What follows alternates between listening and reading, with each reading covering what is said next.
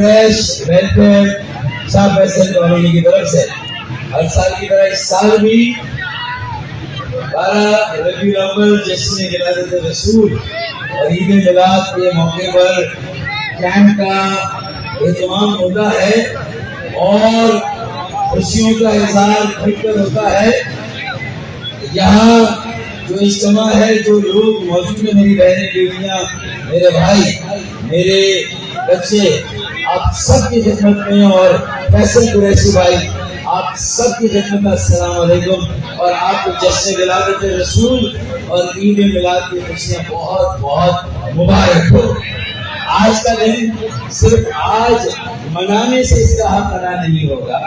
یہ یاد رکھنا ہوگا کہ اس کائنات کا وجود جن کے طفیل ہے، جن کے صدقے میں ہے، آج انہی کا جشن ولادت ہم منا رہے ہیں. اور یہ کائنات تو اپنی جگہ، اس بڑی کائنات میں ایک ہماری بھی چھوٹی سی کائنات ہے جسے ہم ملک پاکستان کہتے ہیں.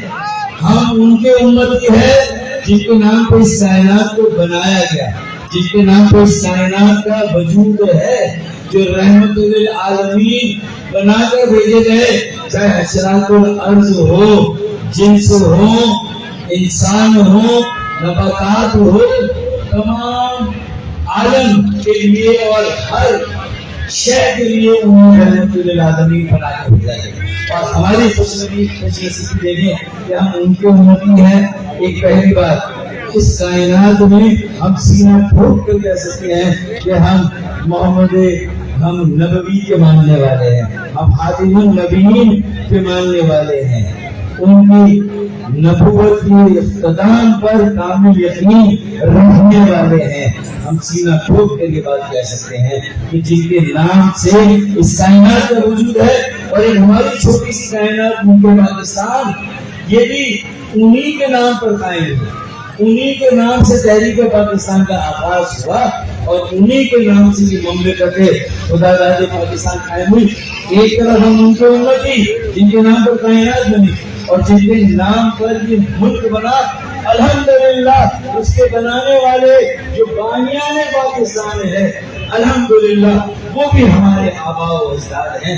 ہم بھی انہی کی موجودہ نسل ہے جنہوں نے محمد رسول خدا کے نام پر جو ہے وہ اس کو قائم کیا تھا. یہ ہمارا بھی اعزاز اور افتخار ہے.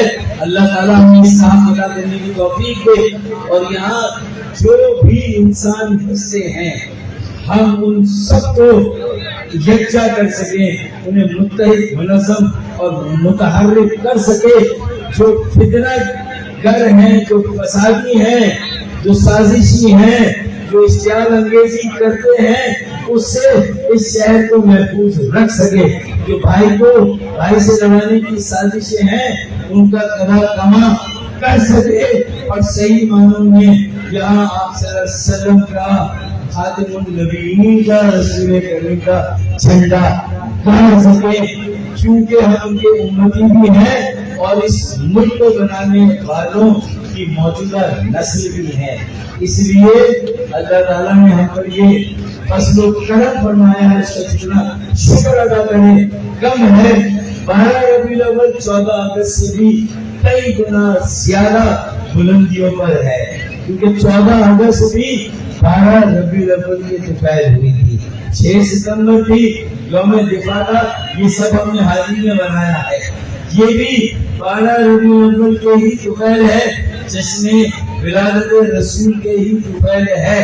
تو پھر بس ہمارے اس کامل یقین کو قائم و دائم رکھتے ہوئے یہ بھی ہمارے لیے باعث افتخار ہے کہ جہاں ہمارے آباء و اجداد نے ان کے نام کا ملک بنایا، وہیں دارالکفر سے ہجرت کر کے اس دارالامن میں آئے. وہ مہاجر اعظم تھے، ہم مہاجروں کی موجودہ نسل ہے. تو ہماری وہ نسبت بھی بنتی ہے. ایک بڑی سنت کا حق ہمارے آباء و اجداد نے ادا کیا. ایک دوسری سنت ہے کہ فسادیوں کی نشاندہی کرنا، فتنہ گروں کی نشاندہی کرنا، انہیں اپنی صفوں سے الگ کرنا اور اس شہر کو ان کا گہوارہ بنانا. الحمدللہ یہ قائم ہوا ہے، لیکن شورشیں ہیں، سازشیں ہیں، ہو رہی ہیں.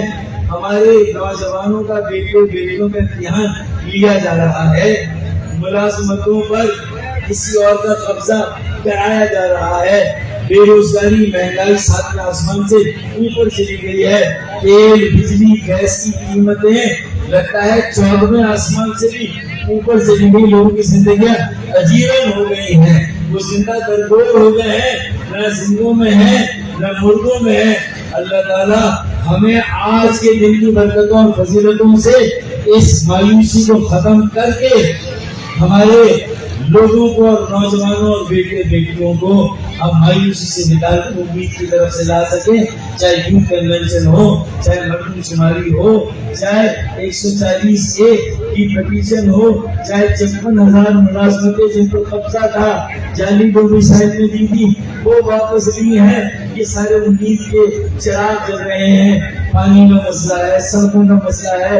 اللہ تعالیٰ آج کے دن کی برکت اور فضیلتوں سے ایک ایسی یکجہتی، ایسا اتحاد ایسا قائم کرے، لوگوں کو متحد منظم متحرک کریں کہ یہ بنیادی مسائل بھی انشاءاللہ حل ہوں، اور ہم بھی وہاں پر جا کر اپنے شہر کا، اپنے لوگوں کا، جو ہمارے جنہوں نے ہمیں ووٹ دیا ان کا حق ادا کر سکیں، ان کا مقدمہ لڑ سکیں، جو کھلی بات کرنی ہے، کھلی صحیح بات کرنی ہے، وہ کھل کر وہاں کہہ سکیں۔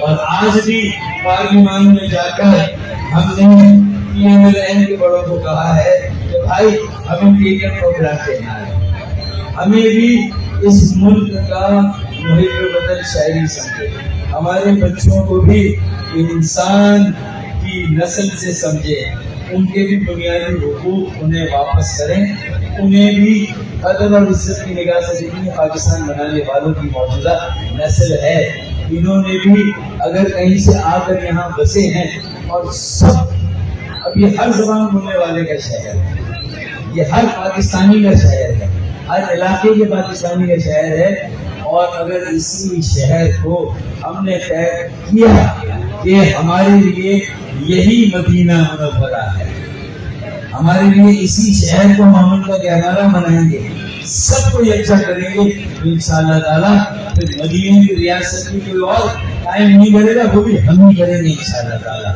اور مدینے کی ریاست کے ساتھ ساتھ اس ملک میں وڈیروں، جاگیرداروں، موروثی سیاست کا خاتمہ بھی انشاءاللہ، یہ میرے مڈل کلاس پڑھے لکھے نوجوان بھی انشاءاللہ تعالیٰ اس موروثی سیاست، اس پر سودہ گلے سڑے جاگیرداری اور جو بڑے نظام ہے اس کا خاتمہ بھی انشاءاللہ تعالیٰ۔ تھوڑا صبر کریں گے، برداشت کریں گے، لیکن اس کی ایک حد ہوتی ہے، یہ ہم نے بتا دیا ہے۔ ہماری ریڈ لائن پاکستان ہے، ہماری ریڈ لائن کوئی انسان نہیں ہے، ایک نظریہ، ایک مقصد ہے، اسی نظریے اسی مقصد پہ کھڑے ہیں، اصولوں پر سمجھوتا نہیں کریں گے۔ اور کراچی چلتا ہے تو پاکستان چلتا ہے، میں اسلام آباد والوں سے بھی کہتا ہوں اس شاخ کو مت کاٹے جس پر ہر پاکستانی بیٹھا ہوا، اب اسے مت کاٹے، ایک روٹی کے لیے پورے بکرے کو مت کاٹے کھائے، اللہ رسول کے واسطے یہ مت کریں۔ جو دودھ دینے والی گائے ہے اس کو مت ذبح کریں، لوگوں کو روزگار دینے دیں، ملنے دیں، اور اس شہر کے ڈومیسائل کی حکومت اور حیثیت کو بھی بحال کریں، اسے بھی قدر عزت کی نگاہ سے دیکھیں۔ اللہ نہ کرے یہ نوجوان نکل گئے، آبو سے باہر چلے گئے تو سب لاٹ پڑا رہ جائے گا جب لاٹ چلے گا بنجارا۔ اور میں تو یہ بات بار بار کہتا ہوں کہ کچھ دیر کی خاموشی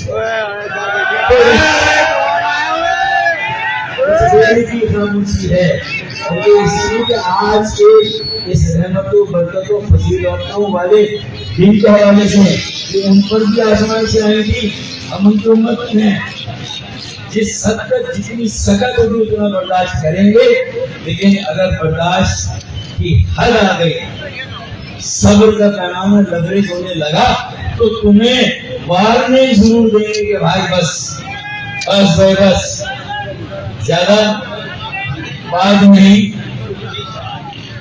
پھر کہیں گے بھائی آج کے بعد یہ ظلم کی رات نہیں چیزا، تو بتا دیں گے پھر ہم انہیں کہ بھائی خودکشیاں بڑھ رہی ہیں، اسٹریٹ کرائم بڑھ رہے ہیں، جس کا ہمارے نوجوان جو ہے وہ گولڈ میڈلسٹ مارے گئے بچے ہمارے،